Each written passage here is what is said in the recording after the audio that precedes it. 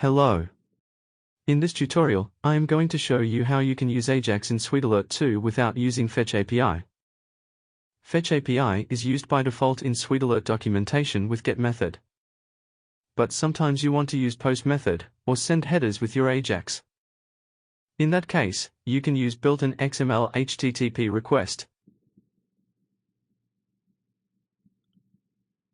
So this is the function that will ask for username and gets its GitHub profile using Fetch API.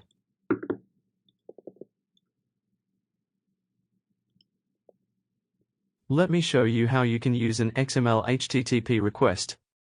First, I am going to comment out the fetch function. Then I am going to return a new promise because fetch function also returns a promise. Its parameter will be a function. And this function will have a callback parameter. Then we are going to create an object of XMLHttpRequest and open the request using get method. Set the URL of the API.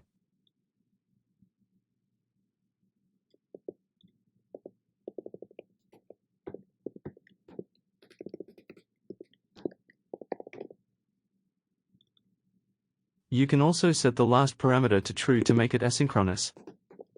And send the request. OnReady state change will be called whenever the state of request is changed.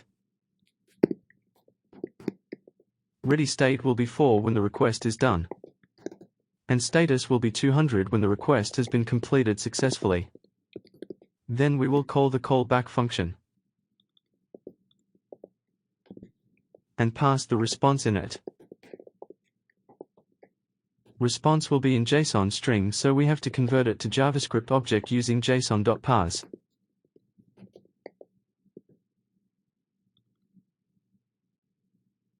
Whatever the response will be, it will be pasted here.